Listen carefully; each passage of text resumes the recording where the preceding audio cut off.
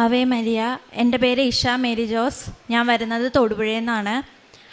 ഞാൻ ഉടമ്പടി എടുക്കാനുള്ള സാഹചര്യം എന്ന് പറയുന്നത്, +2 കഴിഞ്ഞിട്ട് ഞാൻ ജർമ്മൻ പഠിക്കാനായിട്ട് ആരംഭിച്ചു. അതിനുശേഷം ജർമ്മനിയിൽ പോയി നേഴ്സിംഗ് പഠിക്കാനായിരുന്നു. കുറച്ച് എക്സാം എഴുതി, പക്ഷേ ഞാൻ പാസ്സായില്ല.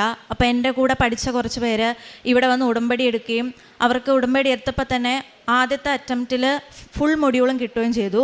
അപ്പോൾ മാതാവിനെ ഒന്ന് ടെസ്റ്റ് ചെയ്യാമെന്നുള്ള രീതിയിലാണ് ഞാൻ ഇവിടെ വന്ന് ഉടമ്പടി എടുത്തത്.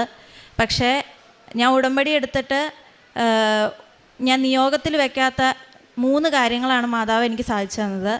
ആദ്യം തന്നെ ഞങ്ങൾക്ക് ഇച്ചിരി സാമ്പത്തിക ബുദ്ധിമുട്ടുണ്ടായിരുന്നു ജർമ്മൻ എക്സാം എഴുതുന്നതിന്. ഓരോ എക്സാമിനും നല്ല തുകയാകുന്നുണ്ടായിരുന്നു. അപ്പോൾ മാതാവ് എനിക്ക് ഉടമ്പടി എടുത്ത് 1 മാസം തികയുന്നതിന് മുമ്പ് തന്നെ ജർമ്മൻ ട്യൂട്ടറായിട്ട് ഒരു ജോലി തന്നു. എനിക്ക് അത്യാവശ്യം നല്ല സാലറി ഉണ്ടായിരുന്നു. എനിക്ക് എക്സാം എഴുതാനുള്ള പൈസ എനിക്ക് തന്നെ ഉണ്ടാക്കാൻ പറ്റുന്നുണ്ടായിരുന്നു. രണ്ടാമത്തെ നിയോഗത്തിൽ വയ്ക്കാത്ത അനുഗ്രഹം എന്ന് പറയുന്നത്, ഇവിടെ വന്നത് ഞാൻ ഭയങ്കര യൂറിനറി ഇൻഫെക്ഷനോടെയായിരുന്നു. അത്യാവശ്യം ഹൈ യൂറിനറി ഇൻഫെക്ഷനായിരുന്നു. ഞാൻ ഉടമ്പടിയിൽ വെച്ചില്ല, പക്ഷെ ഞാൻ എന്നും വീട്ടിൽ ചെന്ന് കഴിയുമ്പോൾ വിശ്വാസപ്രമാണം ചൊല്ലി തൈലം കുരിശ് വരച്ച് പ്രാർത്ഥിക്കുമായിരുന്നു.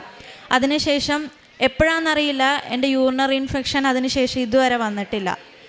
മൂന്നാമത്തെ നിയോഗത്തിൽ വയ്ക്കാത്തൊരു കാര്യമെന്ന് പറയുന്നത്, എനിക്ക് ചിക്കൻ അല്ലാണ്ട് വേറെ എന്ത് നോൺ വെജ് കഴിച്ചാലും അലർജി ഉണ്ടാകുമായിരുന്നു. ചില ഫുഡ് ഐറ്റംസ് എനിക്ക് പറ്റത്തില്ലായിരുന്നു. അലർജി എന്ന് പറഞ്ഞാൽ എനിക്ക് BP കുറഞ്ഞു പോകും, തല കറങ്ങിപ്പോകും, മേല് മൊത്തം ഭയങ്കരമായിട്ട് തടിച്ചു പൊങ്ങും. അങ്ങനെ ആ ഒരു കാര്യവും മാതാവ് എനിക്ക് മാറ്റി തന്നിരുന്നു. ഉടമ്പടി തൈലം വിശ്വാസപ്രമാണം ചൊല്ലി ഞാൻ എന്നും വൈകിട്ട് കുരിശ് വരയ്ക്കുമായിരുന്നു. ഞാൻ നിയോഗത്തിൽ വെച്ചിട്ടില്ലായിരുന്നു, പക്ഷേ എനിക്ക് ആ ഒരു കാര്യം മാതാവ് സാധിച്ചു തന്നിരുന്നു. പിന്നീട് ഞാൻ എക്സാം എഴുതുന്നുണ്ടായിരുന്നു, പക്ഷേ മാതാവിന് തോന്നിക്കാണും എനിക്ക് ആദ്യം തന്നെ എല്ലാം പാസ്സാക്കി തന്ന എൻ്റെ എല്ലാം ശരിയാക്കുവാണെങ്കിൽ ഞാനിവിടെ സാക്ഷിയൊന്നും പറയാണ്ട് ജോസഫ് അച്ഛൻ പറയണ കണക്ക് പൊടിയും തട്ടിപ്പോയേനെ. പക്ഷേ മാതാവ് എന്നെ ഇവിടെ ഇത്രയും നാൾ നിർത്തിച്ചത് ആത്മീയമായി വളരാനും മാതാവിനെ പറ്റി കൂടുതൽ അറിയാനും വേണ്ടിയിട്ടാണ്.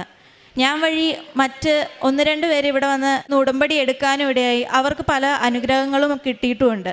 പിന്നീട് ഞാൻ മാതാവിനോട് ശരിക്കും പ്രാർത്ഥിച്ച് എക്സാമിന് ഡേറ്റ് എടുത്തു. എനിക്ക് ലെയ്സൺ എന്ന മൊഡ്യൂള് 8 പ്രാവശ്യം എഴുതിയിട്ടും കിട്ടുന്നില്ലായിരുന്നു.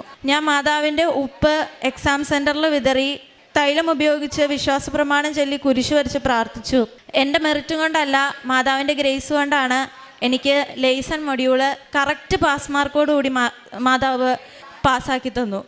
ലെയ്സൺ മാത്രമല്ല, എനിക്ക് ലിസണിങ് മൊഡ്യൂൾ മാത്രമല്ല, ഹിയറിംഗ് മൊഡ്യൂളും അതേപോലെ റൈറ്റിംഗ് മൊഡ്യൂളും കറക്റ്റ് പാസ് മാർക്കോടുകൂടി തന്നെ മാതാവ് എനിക്ക് സാധിച്ചു തന്നു. ജർമ്മൻ പാസ്സാവാണ്ട് വന്നൊരു സാഹചര്യത്തിൽ ഞങ്ങൾ ഇവിടെ നേഴ്സിംഗ് എടുത്താലോ അല്ലെങ്കിൽ ബാംഗ്ലൂർ നേഴ്സിംഗ് എടുത്താലോ എന്നൊരു തോന്നൽ വന്നിരുന്നു. അപ്പോൾ മാതാവിനോട് ഞാൻ ചോദിച്ചു, മാതാവിൻ്റെ ഇഷ്ടം എന്താണ്? അപ്പോൾ ആ പ്രാവശ്യം എക്സാം എഴുതുമ്പോൾ എനിക്ക് ഒരു മൊഡ്യൂളെങ്കിലും കിട്ടുവാണെങ്കിൽ ഞാൻ ഇതിൽ തന്നെ തുടരാം, ഇല്ലെങ്കിൽ ഞാൻ മാതാവിൻ്റെ ഇഷ്ടം എന്താണോ അതനുസരിച്ച് ഇവിടെ നേഴ്സിംഗ് പഠിക്കാമെന്നായിരുന്നു. ആ പ്രാവശ്യം എക്സാം എഴുതിയപ്പോൾ എനിക്ക് മാതാവ് കറക്റ്റ് ഒരു മൊഡ്യൂൾ പാസ്സാക്കി തന്നു. അങ്ങനെ 3 മൊഡ്യൂള് എനിക്ക് മാതാവ് കറക്റ്റ് പാസ് മാർക്കോട് കൂടി പാസ്സാക്കി തന്നിരുന്നു. അതേപോലെ സ്പീക്കിംഗ് മൊഡ്യൂള് 8 മാസം ഞാൻ സ്ലോട്ട് അന്വേഷിച്ചു, പലർക്കും അഡ്വാൻസ് കൊടുത്തു, ഫുൾ എമൗണ്ട് കൊടുത്തു, ഹാഫ് എമൗണ്ട് കൊടുത്തു. കൊടുക്കുമ്പോൾ തിരിച്ചവർ റീഫണ്ട് ചെയ്ത് തരുവാണ്. എനിക്ക് സീറ്റ് കിട്ടുന്നില്ലായിരുന്നു. അച്ഛൻ്റെ ധ്യാനം കൂടിക്കൊണ്ടിരിക്കുമ്പോൾ കറക്റ്റ് 11:30 മണിക്ക് ധ്യാനം കൂടുമ്പോൾ ആ ഒരു ടൈമിൽ എനിക്കൊരു മെസ്സേജ് വരുവാണ്, സ്പീക്കിംഗ് സ്ലോട്ട് അവൈലബിൾ ഉണ്ട്, ട്രിച്ചിയിലാണ്, വേണോ എന്ന് ചോദിച്ചു. അപ്പോൾ തന്നെ അത് അത്യാവശ്യം നല്ല എമൗണ്ട് ഉണ്ടായിരുന്നു. ഒരു മൊഡ്യൂളിന് 12,000 ചില്ലാനം രൂപയുണ്ടായിരുന്നു. എങ്കിൽ പോലും ഞാനത് എടുത്തു. കയ്യിൽ പൈസ ഉണ്ടോ ഇല്ലയോ എന്ന് നോക്കിയില്ല. ധ്യാനത്തിൻ്റെ ഇടയ്ക്ക് വന്നതെങ്കിൽ അത് ഉറപ്പായും മാതാവ് തന്നതായിരിക്കും. അതുകൊണ്ട് തന്നെ ഞാൻ ആ സീറ്റ് എടുത്തു. അപ്പോൾ തന്നെ എനിക്ക് കിട്ടി. ട്രിച്ചിയിൽ 10 പിള്ളേർക്ക് സ്ലോട്ട് കിട്ടത്തുള്ളൂ സ്പീക്കിങ്ങിന്. ആ 10 പേരിൽ ഒരാളായിട്ട് എനിക്ക് ആവാൻ സാധിച്ചു. അവിടെ പോയപ്പോൾ എക്സാം എഴുതിയപ്പോഴും ഞാൻ വിശുദ്ധ തൈലവും ഉപ്പും അതേപോലെ കാശുരൂപവും കൊണ്ടുപോയിരുന്നു. എക്സാമിൻ്റെ റിസൾട്ട് വന്നു. എനിക്ക് നല്ല മാർക്കോട് കൂടി തന്നെ പാസ്സാവാനായിട്ട് സാധിച്ചു. ഞാൻ പാസ് മാർക്ക് മാത്രമേ ചോദിച്ചുള്ളൂ, പക്ഷേ എനിക്ക് അതിൽ നല്ല മാർക്ക് 75 മാർക്ക് തന്ന് മാതാവിനെ അനുഗ്രഹിച്ചു. പിന്നീട് എനിക്ക് ജർമ്മൻ്റെ പ്രോസസ്സിങ് സ്റ്റാർട്ട് ചെയ്തു. ഞാൻ പാസ്സാവുന്നതിന് മുന്നേ തന്നെ പ്രോസസ്സിങ്ങിന് കൊടുത്തു. പക്ഷേ പ്രോസസ്സിങ്ങിൻ്റെ ഒരു നീക്കങ്ങളും ഉണ്ടായിരുന്നില്ല. ചിലപ്പോൾ അച്ഛൻ പറയുന്ന പോലെ തന്നെ വൈകി കിട്ടുന്നത് ഏറ്റവും നല്ലതായിരിക്കും. അതിനായിരിക്കും ഇത്രയും നാളും എന്നെ വൈകി കിട്ടിയത് എനിക്ക് ഏറ്റവും നല്ലൊരു കാര്യം തന്നെയാണ്. എനിക്ക് നല്ലൊരു സ്ഥലത്ത് തന്നെ ഇൻ്റർവ്യൂ കിട്ടി. എനിക്ക് ഇൻ്റർവ്യൂ പാസ്സാവാനായിട്ട് സാധിച്ചു. ഇൻ്റർവ്യൂ പാസ്സായതും മാതാവിൻ്റെ ഈശോയുടെ അനുഗ്രഹം കൊണ്ട് തന്നെയാണ്. ഞാൻ ഉടമ്പടി തൈലം എപ്പോഴും എൻ്റെ ഇൻ്റർവ്യൂവിൻ്റെ ടൈമിൽ എൻ്റെ അടുത്ത് വെച്ചിരുന്നു. ഉടമ്പടി തൈലം ഉപയോഗിച്ച് ഞാൻ കുരിശ് വരച്ചു. എൻ്റെ കയ്യിലും എൻ്റെ കഴുത്തിലും കാശുരൂപമുണ്ട്. കാശുരൂപം ഞാൻ എപ്പോഴും പിടിച്ചുകൊണ്ടിരിക്കുമായിരുന്നു. അങ്ങനെ ഇൻ്റർവ്യൂവും വളരെ നന്നായി പാസ്സായി. എനിക്ക് കോൺട്രാക്റ്റും കിട്ടി. അതിനുശേഷം വിസയ്ക്ക് ഞാൻ അപ്ലൈ ചെയ്തിരുന്നു. പക്ഷേ വിസയ്ക്ക് അപ്ലൈ ചെയ്തപ്പോൾ എന്തോ എനിക്കൊരു കോൺഫിഡൻസ് കൊണ്ടാണോ എന്നറിയില്ല, എൻ്റെ വിസ റിജക്റ്റ് ആയിരുന്നു. അതിനുശേഷം അച്ഛനെ വന്ന് ഞാൻ കണ്ടു. അച്ഛൻ തലയിൽ കുരിശ് വെച്ച് പ്രാർത്ഥിച്ചു, സൈത്ത് പൂശി. അതിനുശേഷം എനിക്കൊരു കാശുരൂപം തന്നു. വീണ്ടും ഞാൻ വിസയ്ക്ക് വെക്കാൻ പോയി. എനിക്ക് വലിയ പ്രതീക്ഷയില്ലായിരുന്നു, പക്ഷേ മാതാവിൽ ഞാൻ വിശ്വസിച്ചിരുന്നു. വിസ വന്നു, എനിക്ക് വിസ കിട്ടി. ഇതെൻ്റെ ജർമ്മൻ വിസയാണ്. പിന്നെ ഞാൻ വിസ ഇവിടെ സാക്ഷ്യം കേട്ടപ്പോൾ ഒരു ചേച്ചി സാക്ഷ്യത്തിൽ പറയുന്നുണ്ടായിരുന്നു, ആ ചേച്ചി ബൈബിളിലെ ഒരു അധ്യായം ഒരു സുവിശേഷം എടുത്ത് എഴുതിയിരുന്നു. അത് കഴിഞ്ഞപ്പോൾ ആ ചേച്ചിയുടെ ആഗ്രഹം സാധിച്ചു കിട്ടിയെന്ന്.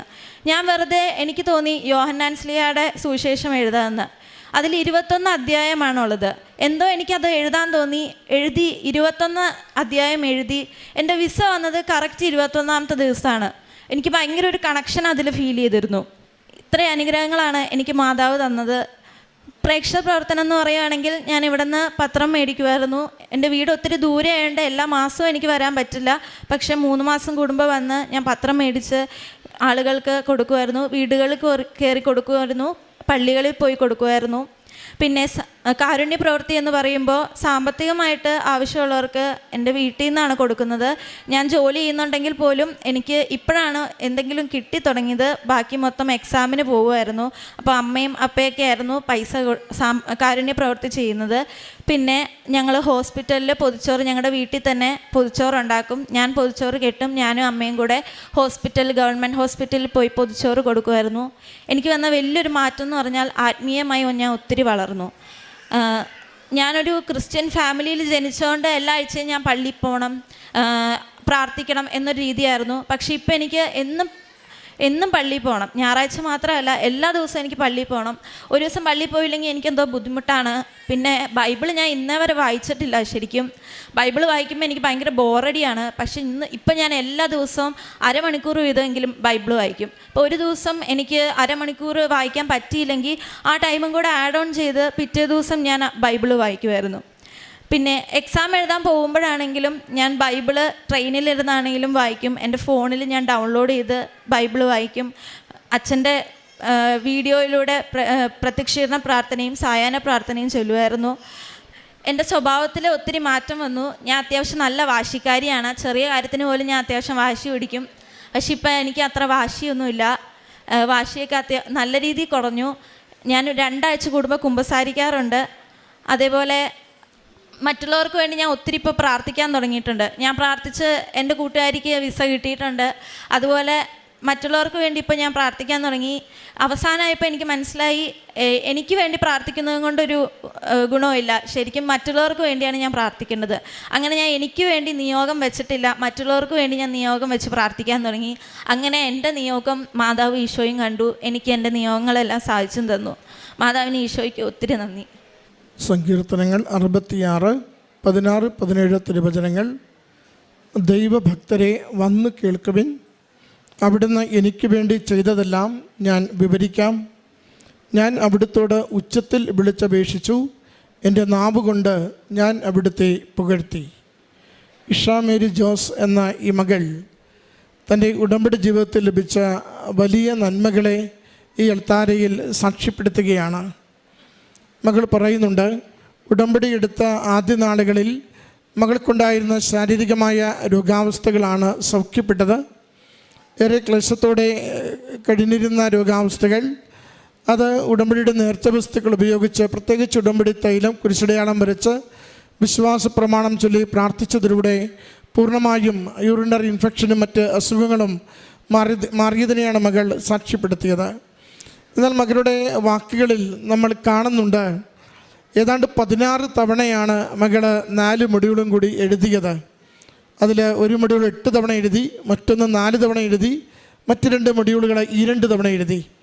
അങ്ങനെ ജർമ്മൻ്റെ B2 പരീക്ഷ എഴുതി വിദേശത്ത് പോകുവാൻ വേണ്ടി മകൾ പരിശ്രമിച്ചു കൊണ്ടിരിക്കുമ്പോഴാണ് ഉടമ്പടിയെ മകൾ നന്നായി അടുത്തറിയുന്നത്. മകൾ വാക്കുകളിൽ പറഞ്ഞതുപോലെ ആദ്യം ഉടമ്പടി എടുത്തപ്പോൾ അത് ഇങ്ങനെ കാഷ്വലായി കാര്യങ്ങളൊക്കെ മുന്നോട്ട് പോയിക്കൊണ്ടിരുന്നു. എന്നാൽ പിന്നീട് ഉടമ്പടി പരിചയപ്പെട്ട പുതുക്കി വരുമ്പോഴാണ് ഉടമ്പടി ജീവിതത്തിൻ്റെ ഭാഗമാകുന്നത്, കുറേ കൂടി അതിനെ സ്നേഹിച്ച് അത് ജീവിക്കുവാനായി തുടങ്ങുന്നത്. അതുകൊണ്ട് പിന്നീട് ഉടമ്പടി ജീവിക്കുക എന്നത് തൻ്റെ തന്നെ ജീവിതത്തിൻ്റെ കാതലായ മാറ്റത്തിന് കാരണമായി. അതാണ് വാശി മാറുന്നു, ദേഷ്യം മാറുന്നു, നിർബന്ധങ്ങൾ മാറുന്നു, സ്വഭാവം ശാന്തതയുള്ളതാകുന്നു, മറ്റുള്ളവർക്ക് വേണ്ടി എന്ത് ചെയ്യുവാനും തയ്യാറുള്ള വ്യക്തിയാകുന്നു. അങ്ങനെ തൻ്റെ തന്നെ ജീവിതത്തെ സ്വഭാവത്തിൽ വന്ന ഗൗരവതരമായ മാറ്റങ്ങൾ, പ്രാർത്ഥനയിലുള്ള വിശ്വാസം, ഒരു നാമമാത്ര ക്രിസ്ത്യാനിയായിരുന്ന മകള് അനുദിന ദിവ്യബലി സന്തോഷത്തോടെ പങ്കുചേരുന്നു. പോകാൻ പറ്റാത്തൊരു ദിവസത്തെ ഓർത്ത് വിഷമിക്കുന്നു. 2 ആഴ്ചയിലൊരിക്കൽ കുമ്പസാരിച്ച് തൻ്റെ ആത്മീയ ജീവിത ട്രാക്ക് ക്ലിയർ ചെയ്യുന്നു. അത് ഉടമ്പടി ജീവിതത്തിൻ്റെ ഒരു ഗൗരവമുള്ള മേഖലയാണ്. മകൾ ഒരു വാക്ക് സൂചിപ്പിച്ചിട്ടുണ്ട്, വൈകിയാണ് എനിക്ക് കിട്ടുന്നതെങ്കിലും ഏറ്റവും മികച്ചതെനിക്ക് അമ്മ മാതാവ് ഒരുക്കി തന്നുവെന്ന. ടൈം ലാഗ് ഉണ്ടാവുക ഉടമ്പടിയുടെ ഒരു സവിശേഷതയായി ജോസഫ് അച്ഛൻ നമ്മളോട് പറയാറുണ്ട്. അതൊരുപക്ഷെ അനുരഞ്ജനത്തിനുള്ള കാലമാണ്, അനുദപിച്ച് ജീവിതത്തെ വിശുദ്ധീകരിക്കുവാനുള്ളൊരു കാലമായിരിക്കും. സ്വഭാവത്തെ കുറേ കൂടി ദൈവികമായ പരിശുദ്ധാത്മ ദാനങ്ങളാൽ നിറയപ്പെടുന്നതിന് വേണ്ടിയുള്ള കാലമായിരിക്കും. സ്നേഹവും ക്ഷമയും അനുകമ്പയും ആത്മസംയമനവും ഒക്കെ കൊണ്ട് ജീവിതം നിറയപ്പെടാൻ വേണ്ടി, ആത്മാവിൻ്റെ ഫലങ്ങളാൽ നിറയപ്പെടാൻ വേണ്ടിയുള്ള കാലമായിരിക്കും. ഒരുപക്ഷെ നമ്മൾ തന്നെ ദൈവത്തിൻ്റെ മുമ്പിൽ ക്രെഡിബിലിറ്റി ഉള്ളതായി തീരുവാനുള്ള കാലമായിരിക്കും. മകൾ പറയുന്നുണ്ട്, ആദ്യത്തെ ഉടമ്പടി എടുത്ത നാളുകളിൽ തന്നെ ഇതെല്ലാം എനിക്ക് കിട്ടിയിരുന്നെങ്കിൽ ഞാൻ പൊടിയും തട്ടി ഒരുപക്ഷെ പോയാനേ എന്ന്. കാരണം ഉടമ്പടി ജീവിതത്തെ മനസ്സിലാക്കി ഒരു വിദേശ രാജ്യത്ത് ചെല്ലുമ്പോൾ എൻ്റെ ആശ്രയം, എൻ്റെ ബലം, എൻ്റെ സന്തോഷം എൻ്റെ കർത്താവാണെന്ന് തിരിച്ചറിഞ്ഞ് ജീവിക്കുവാൻ വേണ്ടി ഈ കാലഘട്ടത്തിൽ ദൈവം നമുക്ക് അനുവദിച്ച് നൽകിയ വലിയൊരു പദ്ധതിയാണ് ഈ മരിയൻ ഉടമ്പടി എന്നത്. ചെറുപ്പക്കാർ ഒത്തിരി പേർ ഉടമ്പടി എടുത്ത് ജീവിക്കുന്നു. ഉടമ്പടി പ്രകാരം അവർ അനുഗ്രഹങ്ങൾ പ്രാപിക്കുന്നു. വിദേശത്ത് ഏത് ദൂരദേശത്ത് ചെന്നാലും മാതാപിതാക്കൾ നാട്ടിൽ സമാധാനത്തോടെ ഇരുന്ന് പറയും, എൻ്റെ മകൻ ഉടമ്പടിയിലാണ്, അതുകൊണ്ട് അവരെങ്ങനെ ജീവിക്കുമെന്ന് എനിക്കുറപ്പുണ്ടെന്ന്. ഇത് ഈ കാലത്തിന് ദൈവം നൽകിയൊരു ദാനമെന്ന് പറയുന്നത് അതുകൊണ്ടാണ്. മകൾ വിദേശത്തേക്ക് പഠനത്തിനും ജോലിക്കുമായി പോകുമ്പോൾ മകൾക്കൊന്നുറപ്പുണ്ട്, ദൈവകരങ്ങളിൽ നിന്നാണ് ഇതൊക്കെ ഞാൻ സ്വീകരിച്ചത്, ദൈവനാമത്തെ മഹത്വപ്പെടുത്തി ഞാൻ ഈ ജീവിതം ഓരോ ദിനവും മുന്നോട്ട് പോകുമെന്ന ഈ ബോധ്യമാണ് ഉടമ്പടിയിലൂടെ നമുക്ക് ലഭിക്കേണ്ടതും നമ്മൾ ജീവിക്കേണ്ടതും. ആ അനുഗ്രഹങ്ങൾ ഈ മകൾക്ക് ലഭിച്ചതിന് ദൈവനാമത്തെ മഹത്വപ്പെടുത്തി അമ്മ മാതാവിനും തിരുക്കുമാരനും കരങ്ങളടിച്ച് ഈ സാക്ഷ്യം നമുക്ക് സമർപ്പിക്കാം.